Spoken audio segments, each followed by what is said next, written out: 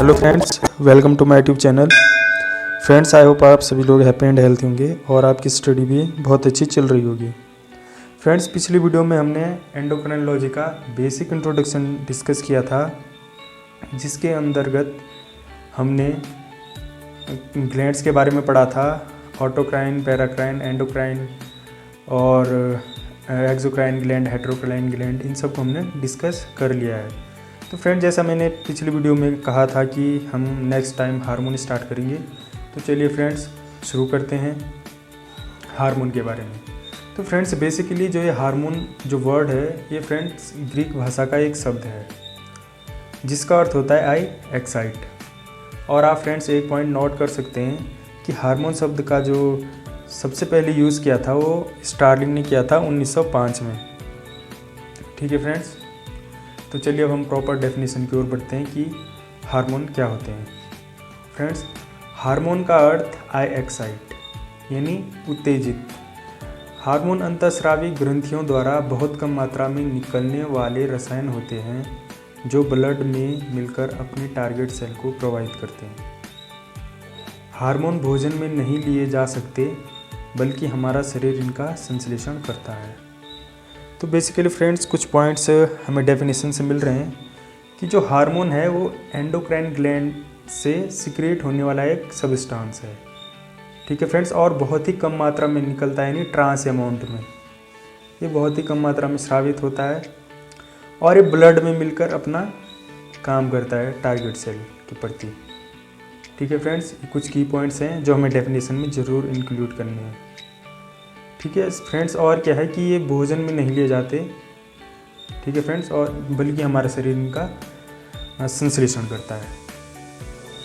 I hope friends आपको definition समझ में आ गई होगी। हार्मोन को प्राइमरी मैसेंजर, ये फ्रेंड्स हार्मोन के कुछ नाम हैं। प्राइमरी मैसेंजर भी कहते हैं, केमिकल मैसेंजर तथा ऑटोकोड्स भी कहते हैं। तो आप इनका भी ध्यान रखिए। नेक्स्ट है फ्रेंड्स, हार्मोन टर्म सर्वप्रथम स्टार्लिंग ने दिया, जैसा कि मैं बता ही चुका हूँ स्टार्टिंग में, 1902 में। सर्वप्रथम खोजा गया हार्मोन सिक्रेटिन था, जिसकी खोज बायलिस एंड स्टार्लिंग ने की थी। सिक्रेटिन फ्रेंड्स ये ड्यूडेनम से स्रावित होने वाला एक हार्मोन है जो डाइजेशन में पार्टिसिपेट करता है। अब हम बात करते हैं कैरेक्टरिस्टिक ऑफ हार्मोन्स, यानी हार्मोन के लक्षण, ये इसकी क्या विशेषताएं हैं। तो फर्स्ट वन इज हार्मोन बहुत कम मात्रा में स्रावित होते हैं। हार्मोन बहुत कम मात्रा में स्रावित होते हैं। Hormone second one is hormone specific होते हैं, यानी फ्रेंड्स किसी स्पेशल काम को करने के लिए कोई स्पेसिफिक हार्मोन ही रिस्पॉन्सिबल होगा।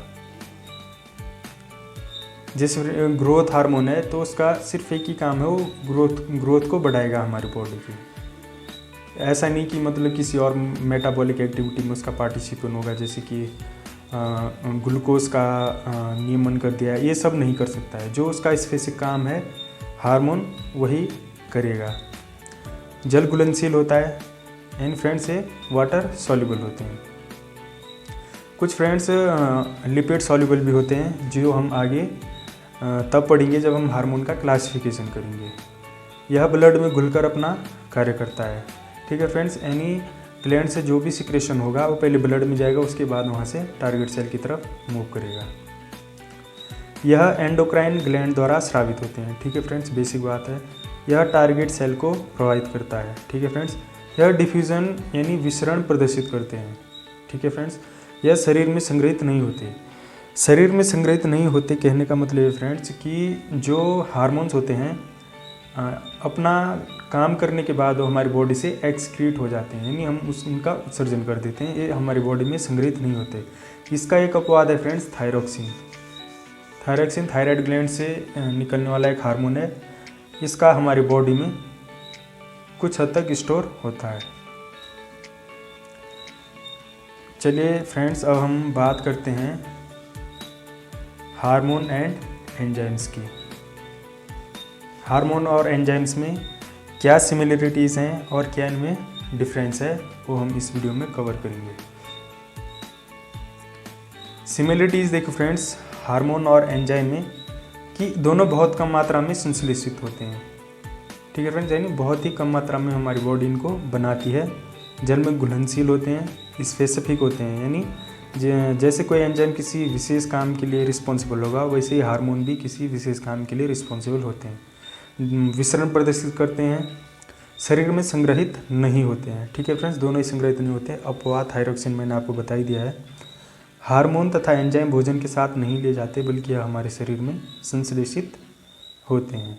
यानी फ्रेंड्स, भोजन में नहीं लिए जा सकते, हमारी बॉडी इनका संश्लेषण करती है।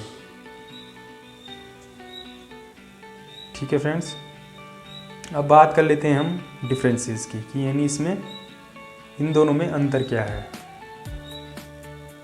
तो जो हार्मोन होते हैं, हार्मोन पुनः प्रयोग में नहीं आते। यानी फ्रेंड्स, अगर एक बार हार्मोन का यूज़ हो गया तो हम उसका रीयूज़ नहीं कर सकते, दोबारा हम उसका प्रयोग नहीं कर पाते। लेकिन एंजाइम का उपयोग दोबारा किया जा सकता है। हार्मोन का स्रावण ब्लड में होता है, लेकिन एंजाइम का फ्रेंड्स ब्लड से बाहर होता है। थर्ड वन इज कि हार्मोन का आणविक भार बहुत कम होता है, लेकिन जो फ्रेंड्स एंजाइम है इनका मॉलिक्यूल का होता है।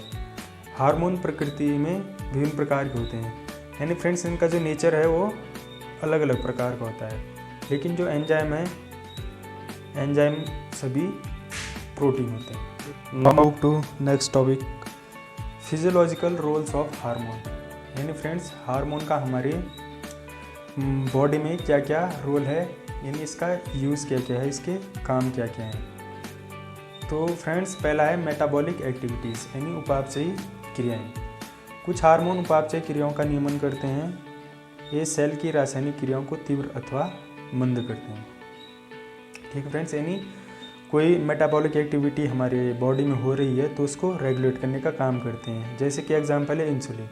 इंसुलिन क्या करता है फ्रेंड्स, एक कार्बोहाइड्रेट के मेटाबॉलिज्म का रेगुलेशन करता है, इसका नियमन करता है। दूसरा है मॉर्फोजेनेटिक एक्टिविटीज़।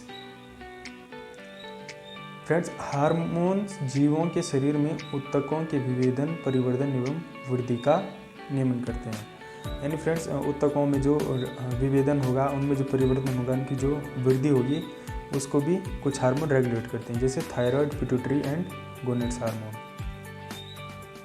थर्ड वन है फ्रेंड्स मेंटल एक्टिविटीज़। यानी फ्रेंड्स, जो हमारी मानसिक एबिलिटी है, हमारी मानसिक योग्यता को भी कुछ हार्मोन रेगुलेट करते हैं। कुछ हार्मोन मानसिक सामर्थ्य का नियमन करते हैं, जैसे फ्रेंड थायराइड ग्लैंड, ये हमारी मेंटल एबिलिटी को प्रभावित करते हैं। चौथा है द्वितीयक लैंगिक लक्षण। गोनेड्स द्वारा स्रावित हार्मोन द्वितीयक लैंगिक लक्षण उत्पन्न करते हैं। ठीक है फ्रेंड, द्वितीयक लैंगिक लक्षण उन्हें कहते हैं फ्रेंड्स, जैसे मेल या फीमेल की बॉडी में कुछ ऐसे चेंजेस आने लगते हैं जिससे हमें पता लगता है कि अब वो मैच्योर हो रहे हैं, यानी सेक्सुअली मैच्योर होने वाले या हो रहे हैं। जैसे फ्रेंड्स टेस्टोस्टेरोन, तो इसका जो श्रावण होता है वो नर में होता है, यानी टेस्टोस्टेरोन नर द्वितीयक लैंगिक लक्षण उत्पन्न करता है, जैसे लड़कों की दाढ़ी मूंछ आना, उनकी आवाज़ में भारीपन आना और एग्रेसिवनेस भी आने लगती है। प्रोजेस्टेरोन ये फ्रेंड्स मादा द्वितीयक लैंगिक लक्षण उत्पन्न करता है, जैसे कि लड़कियों की आवाज़ पतली हो जाती है और स्किन स्मूथ और ऑयली होने लगती है। ठीक है फ्रेंड्स, इसका जो प्रोजेस्टेरोन का जो सिक्रेशन है वो कार्पस ल्यूटियम से होता है। पांचवा काम जो हार्मोन का वो है इंटीग्रेशन एंड कोऑर्डिनेशन, समाकलन एवं समन्वय। कभी कभी एक ग्रंथि द्वारा स्रावित हार्मोन अन्य ग्रंथियों द्वारा स्रावित हार्मोन के निर्माण को नियंत्रित करते हैं। फ्रेंड्स, पिछली वीडियो में आपको याद होगा जब हम एंडोक्राइनोलॉजी के बारे में पढ़ रहे थे, तो वहाँ पे कंट्रोल एंड कोऑर्डिनेशन का बहुत ही अच्छे से मैंने जिक्र किया था। तो फ्रेंड्स, ये भी हार्मोन का एक कार्य है कि जो अदर ग्लैंड्स हैं उनको नियंत्रित करने का, जैसे पिट्यूटरी ग्लैंड।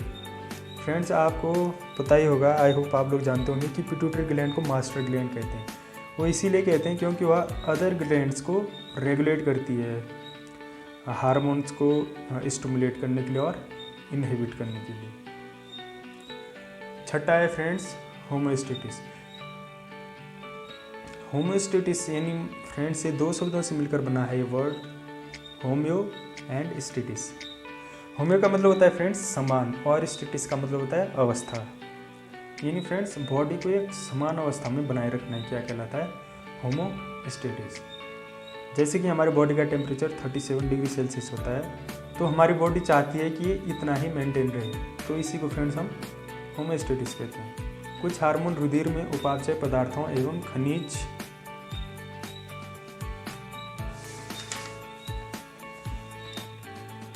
लवणों की साम्यावस्था को बनाए रखते हैं। जैसे फ्रेंड्स इंसुलिन लवणों की साम्यावस्था को बनाए रखते हैं। इंसुलिन रक्त में ग्लूकोज की मात्रा को कम करता है, लेकिन फ्रेंड्स वहीं पे ग्लूकागोन रक्त में ग्लूकोज की मात्रा को बढ़ाता है। कुल मिला के ये एक फिक्स अमाउंट तक ग्लूकोज की मात्रा को बढ़ाते हैं, और यदि उस लिमिट से ज़्यादा हो जाए, यानी होमोस्टेटिस ग्लूकोज का अगर ख़राब होने लगे तो ग्लूकागोन क्या करता है, अगर कम हो गया तो ग्लूकागोन उसे बढ़ा देगा, और यदि आवश्यकता से ज़्यादा हो गया है तो फिर इंसुलिन ग्लूकोज की मात्रा को कम कर देगा। नेक्स्ट फ्रेंड्स उत्सर्जन एवं पुनर्वसन। Sodium, potassium and calcium ion friends तथा फॉस्फेट आयन की सांद्रता को रुधिर व ऊतक द्रव में संतुलन बनाए रखने का कार्य हार्मोन ही करते हैं। तो ये फ्रेंड्स कुछ आयन्स होते हैं जो हमारे टिश्यू फ्लूइड में इनका जो संतुलन होना है बहुत ज़रूरी होता है, तो इसके लिए भी कुछ हार्मोन रिस्पॉन्सिबल होते हैं। तो फ्रेंड्स आई होप आप सभी लोगों को हेल्पफुल लगी हो वीडियो। अगर आपको पसंद आती है तो आप इसे लाइक कीजिए, अपने दोस्तों के साथ शेयर कीजिए और चैनल को भी सब्सक्राइब कर दीजिए। कल फ्रेंड्स हमारा टॉपिक होगा फीडबैक कंट्रोल सिस्टम, या हार्मोन का जो सिक्रेशन हो किस प्रकार से कंट्रोल होता है। तो चलिए friends, thank you very much. जय हिंद।